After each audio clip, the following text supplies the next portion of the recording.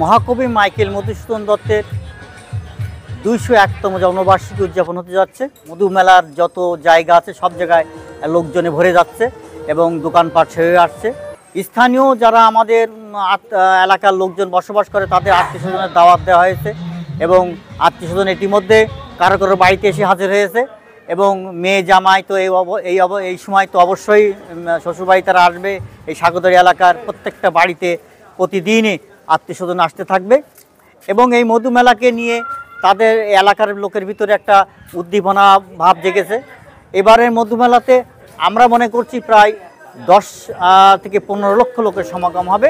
প্রশাসন বলছে যে 20 লক্ষ লোকের সমাগম হবে এবং এবার মধু মেলাতে গতবার যেভাবে ভিড় রাস্তা দেখা গেছে, এবার এক রাস্তা যে পথে মানুষ ঢুকবে সে পথের থেকে আর বেরোতে পারবে না, অন্য রাস্তা করা হয়েছে, বাইপাস যাকে বলা হয় সেইভাবে রাস্তা করে দেওয়া হয়েছে এবং এবার মধুমেলা রাস্তায় ভিড় কম হবে। মধুমেলাতে প্রচুর জায়গা হবে, লোকজন যেভাবে আসুক না কোনো লোকের কোনো অসুবিধা হবে না এবং নিরাপত্তা চারিদিক থেকে মানে সাজিয়ে দেওয়া হয়েছে।